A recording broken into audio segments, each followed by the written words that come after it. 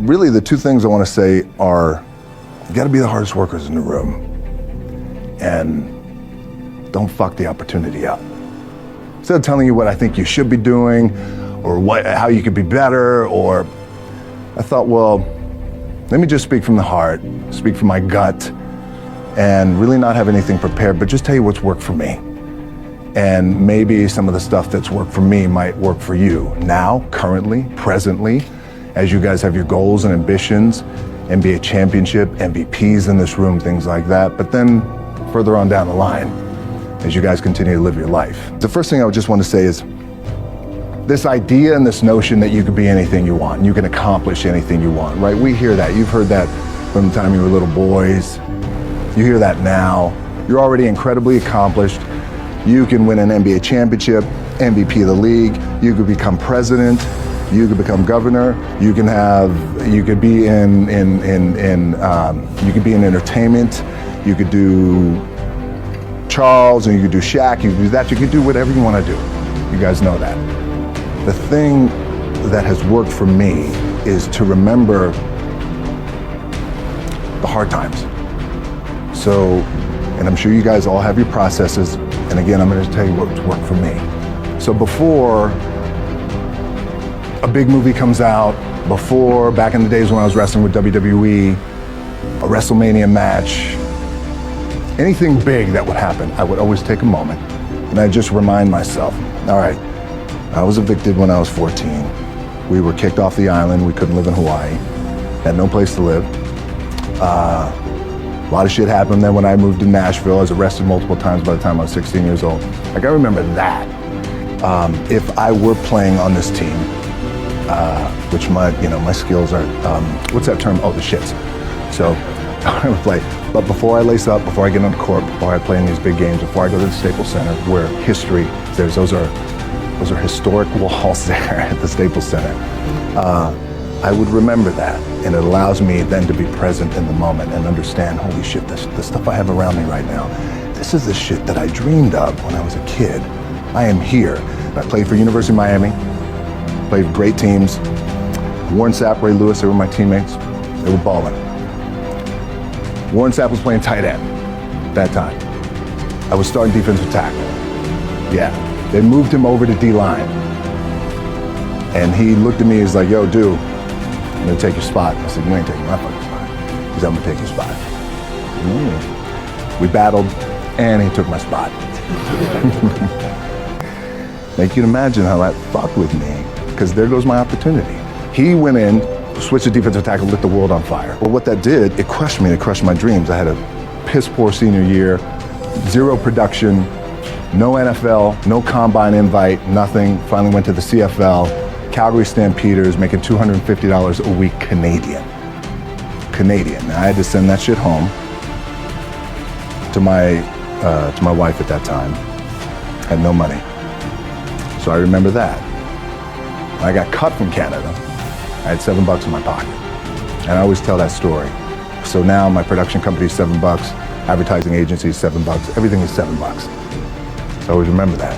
What helps me is to keep the hard times in the front of my mind, because it allows me to go into these big moments that I've worked my ass off, and you guys have worked your ass off. It allows me to go into these big moments with a different perspective. What it also does for me, and again, this is what works for me.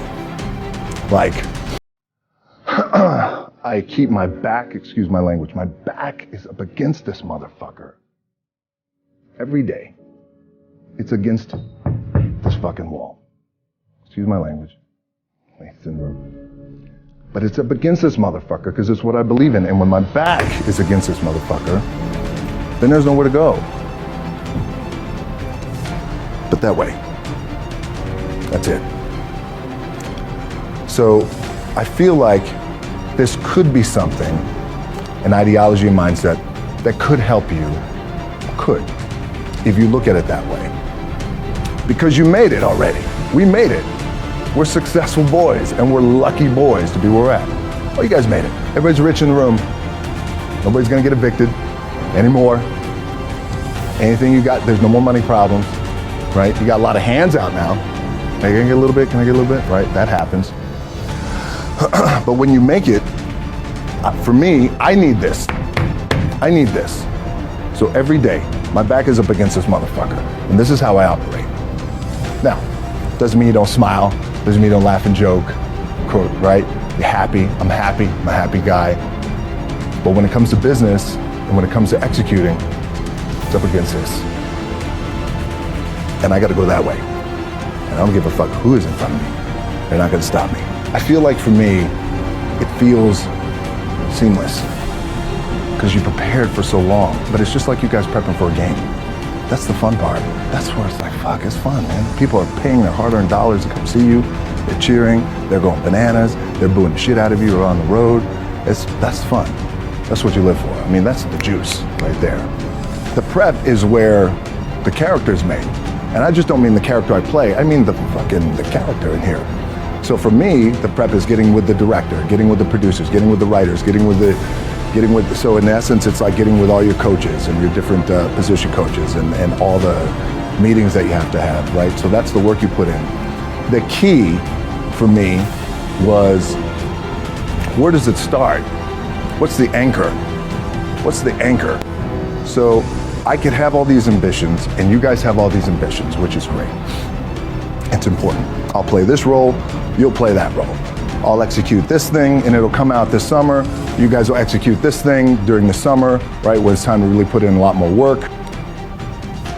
But the key with me is just always finding what the anchor is. And the fucking anchor is getting up at 4 o'clock in the morning every day before anybody else and grounding my thought process is in the no one will outwork me. No one. I love and I respect you guys. Motherfuckers won't outwork me. All starts with this. 2 hands. Anchor for me has always been the work in terms of the weight room training. So when I first started wrestling, I was 6 years old, rolling on the mats with my dad. My old man, a lot of you guys won't know this. Yeah, Rocky Johnson. My old man was Rocky Johnson. He was the first black WWF at that time. First black WWE tag team champions with Tony Atlas back in 1983. My uncles were the Wild Samoans. I come from a long line of pro wrestlers. But before the wrestling part happened, I was just in the gym putting in the work. At 6 years old, rolling around on the mats. And finally, when I could touch weights at 13, that's what I was doing. But the weight part for me and the gym part has always been, has to be the anchor. Look, boys, your body's your body, right? You're young now, you're balling, everything feels good. You have your little nicks and dings and all that shit. You're gonna have that. You're gonna have your surgeries. We all have. But eventually, and I promise you this, the one thing that will never, ever, ever go away is you get your ass in that weight room and you put in the work. That's gonna happen when you're 30, 40, 50, 60, 70. That never goes away.